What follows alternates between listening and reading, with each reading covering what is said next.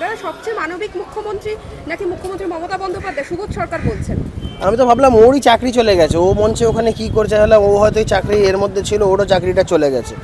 তারপরে বুঝলাম ওই কিছু দেখে দেখে লিখে লিখে এনেছে ওগুলো পড়ার জন্য, কিছুই না। ওর হয়তো পয়সা করেই পাচ্ছে, এসব কমিটি মমিটি থেকে কমে গেছে, এসবগুলো করার জন্য জুতো চটি চেটে যদি মাসের মাইনেটা বাড়ানো যায় এসব করার জন্য এসছে। রাজ্যের মাননীয় মুখ্যমন্ত্রী মমতা বন্দ্যোপাধ্যায়ের কয়েকটি বিখ্যাত মন্তব্য, তিনি বলছেন যে আমাকে জেলে ভরে দিতে পারে, মানুষের পাশে দাঁড়িয়ে সবসময়। ওইগুলো এখন থেকে বলা প্র্যাকটিস করছে, কদিন পরে তো জেলে যেতে হবে, এখন থেকে প্র্যাকটিস করছে এইসব কী কথাবার্তা বলবে, দলের লোককে শিখিয়ে যাচ্ছে যে আমি জেলে গেলে কী ধরনের কথাগুলো বলবে, আমার বক্তব্যগুলো দেখাবে লোকজনকে ভিডিও করে। কারণ তখন না দেখানোর লোক থাকবে না দেখার লোক থাকবে, যা অবস্থা। তার নিজের দলের লোকেরা না দেখাবে না দেখবে। মুখ্যমন্ত্রী জেলে গেলে, তৃণমূল কংগ্রেসটা উঠে গেলে, তৃণমূল কংগ্রেসের পার্টি অফিসগুলোতে কুকুর ছাগল ওখানে আর ঢুকবে না তখন।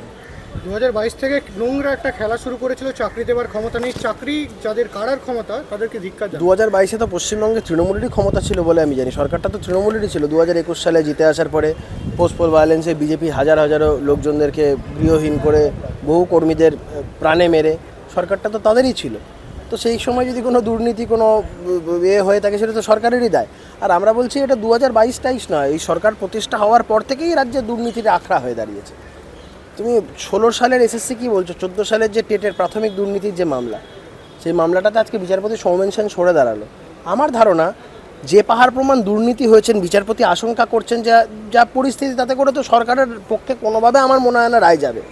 তো বিচারপতি যেভাবে মমতা বন্দ্যোপাধ্যায় 26 চাকরিতে সুপ্রিম কোর্টের বিচারপতি, প্রধান বিচারপতি গালাগাল দেওয়া শুরু করেছে, সৌমেন সেন অত্যন্ত ভদ্রলোক, কলকাতায় থাকেন, এই পরিস্থিতি হয়তো এড়িয়ে যেতে উনি চাইলেন না যে মামলাটি শুনবেন। যে মানুষটা জানে না কি হয়েছে, আমি চ্যালেঞ্জ করছি, আমি জেনে শুনে কারো চাকরি খাইনি। বাংলার প্রতিটা মানুষ জানে এই যে এই চাকরিগুলো গেল, তার একমাত্র কাণ্ডারি হচ্ছে মমতা বন্দ্যোপাধ্যায়। বাংলা জুড়ে কান পেতে শুনুন যে 26,000 চাকরি খেলোকে লোকে বলবে চোর মমতা। আবার মমতা বন্দ্যোপাধ্যায়, এই আমি আবারও বলছি, যোগ্যদের তালিকা মমতা বন্দ্যোপাধ্যায়ের কাছে আছে।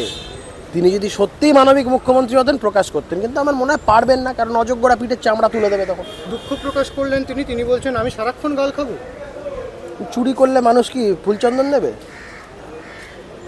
চুরি করলে মানুষ কি রসগোল্লা ছুঁড়ে মারবে? চুরি করলে মানুষ কি জয় জয়কার করবে? বাংলার মানুষের কাছে মমতা বন্দ্যোপাধ্যায় প্রতিপন্ন হয়ে গেছেন একজন চোর হিসাবে। বাংলার মানুষ মমতা বন্দ্যোপাধ্যায়ের এই যে দুর্নীতি, এর যে চৌর্যবৃত্তি দেখে মমতা বন্দ্যোপাধ্যায়কে, আর যাই হোক, সততার প্রতীক লেখা এখন তৃণমূলের লোকেরা পর্যন্ত বন্ধ করে দিয়েছে। আগে দেওয়ালে লেখা থাকতো সততার প্রতীক, এখন সততার প্রতীকটা আর কেউ লেখে না, লোকে দেখলে হাসে। কদিন আগে ক্যালকাটা ক্লাবে সৌগত রায় মমতা বন্দ্যোপাধ্যায়ের জীবনযাপন নিয়ে কিছু কথা বলেছিলেন, কত লোকে হো হো করে হেসেছিল। তো মমতা বন্দ্যোপাধ্যায় এই মুহূর্তে তার দুর্নীতি সারা বিশ্ব বরেণ্য একটা জায়গায় চলে গেছে। সবাইকে চোর, সবাইকে অযোগ্য বলছেন, এই অধিকার কে দিয়েছে আপনাকে? রায়ের পিছনে খেলা নেই তো মমতা বন্দ্যোপাধ্যায়? এই কারণেই তো সৌমেন সেনের মতন বিচারপতিরা মামলা থেকে সরে যাচ্ছে। আমার মনে হয় it's high time Supreme Court, High Court এই বক্তব্যগুলোর কগনিজেন্স নিয়ে কন্টেম্পটের রুল ইস্যু করা উচিত। একটা বিচার ব্যবস্থাকে এইভাবে কালিমালিপ্ত করার অধিকার মুখ্যমন্ত্রীকে কে দিয়েছে? ভারতবর্ষের এই যে প্রাচীন যে বিচার ব্যবস্থা দীর্ঘদিন ধরে চলে আসছে, এই বিচার ব্যবস্থা মানুষের যেখানে আস্থা ভরসার প্রতীক, সেটাকে বারংবার করে মুখ্যমন্ত্রী যেভাবে কালিমালিপ্ত করছেন, এটা সত্যি আমার মনে হয় সুপ্রিম কোর্ট বা হাইকোর্টের এড়িয়ে যাওয়া উচিত না। রায়ের পেছনে খেলা নেই, এই গল্পটা কি বলবেন? এতগুলো চাকরি, অযোগ্যদের থেকে টাকা নিয়ে দেওয়া চাকরি, এসএসসিকে বারবার করে আলাদা করতে বলা, এই কথাগুলো তখন মুখ্যমন্ত্রী কোথায় ছিল? এই বড় বড় ভাষণগুলো। মুখ্যমন্ত্রী যদি আজকে আলাদাটা করে দিতেন, তাহলে তার খেলা মেলা কোনোটাই দরকার হতো না। এই এখন বড় বড় ডায়লগ মারছেন, খেলার দরকারই পড়তো না। হাইকোর্ট সুপ্রিম কোর্টের জাজমেন্টটা পড়লেই বোঝা যাচ্ছে। আর এই মুখ্যমন্ত্রী খেলা ফেলার উত্তর কী দেবো বলো তো? পাগলের মতো পাগলের প্রলাপ বকে। তবে আমি বলছি, এগুলো সত্যি কথা দেখতে গেলে, একদিক থেকে দেখতে গেলে পাগলের প্রলাপ নয়। এখন মুখ্যমন্ত্রী প্র্যাকটিক্যালি আর বলার কিছু নেই, এই সমস্ত কথা বলে মানুষকে গুলিয়ে দেওয়ার একটা প্রচেষ্টা করছে। কারণ রাস্তাঘাটে বেরোলে, আজকেও তো চোর চোর লোকে বলেছে, এই রেতে জিনিসের বাইরে লোকে চোর চোর করে চিৎকার করেছে। যা পরিস্থিতি তৈরি করেছে, নিজের যা ইমেজ হয়েছে এই মুহূর্তে দাঁড়িয়ে, 2026-এ এই রাজ্যের মানুষ মুখ্যমন্ত্রীকে ছুঁড়ে ফেলে দেবে, এবং এটা সময়ের অপেক্ষা। প্রশ্নটা শেষ, দুটো প্রশ্ন। আপনার চারিদিকে লোক পুষে রাখছেন, এই রায়ে আপনারা কলকাঠি নাড়েননি তো? আমি আবারও বলছি, মুখ্যমন্ত্রী এক্ষুনি যোগ্যদের তালিকাটা প্রকাশ করে দিক না।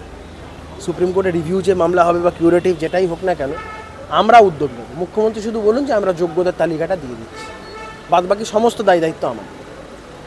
মনে রাখবেন, সুস্থ বাঘের থেকে আহত বাঘ আরও ভয়ঙ্কর। এই আঘাত মানসিক আঘাত, আমরা ফিরিয়ে দেবো কাজে। আহত বাঘ ভেটেরিনারি হসপিটালে থাকবে, আহতবাগ নেতাজি ইন্ডাস্ট্রিতে বক্তৃতা করবে কেন? আহতবাগ ভেটেনারি হসপিটালে থাকবে। এইসব কথাবার্তাগুলো বলছেন, দুদিন পরে জেলে যাবেন, ওখানে ভালো করে হয়তো অবশ্যই পাচ্ছে। এই মামলাটার থেকে আরও বেশি মুখ্যমন্ত্রী চিন্তায় আছে, যেটার কারণে মূল উনি সুপ্রিম কোর্ট গেছিলেন। দেবাংশু বসাকের জাজমেন্টের প্যারা 363 সাব.8 রোমান নাম্বার 8 বা কিছুতে ছিল সুপার নিউমারিক পোস্ট ক্রিয়েশনের এইটার তদন্তে সিবিআই যা ক্যাবিনেটের প্রত্যেক কটা সদস্যকে দরকার পড়লে কাস্টোডিয়াল ইন্টারোগেশনে নিয়ে জেরা করতে পারে। তো ক্যাবিনেটের মাথায় তো মুখ্যমন্ত্রী। আজকে যদি ওটা নিয়ে সিবিআই তদন্ত হয়, মুখ্যমন্ত্রীর জেল যাত্রা 100% নিশ্চিত হয়ে যাবে। সেই ভয় থেকে, সেই অ্যাপ্রিহেনশন থেকে এই সমস্ত কথাগুলো বলছেন। আর আমি বারবার করে বলবো, আমি খুব বন্যপ্রেমী, আমি খুব বন্য পশু প্রাণী, যারা পশু আছে তাদের আমি প্রচণ্ড ভালোবাসি।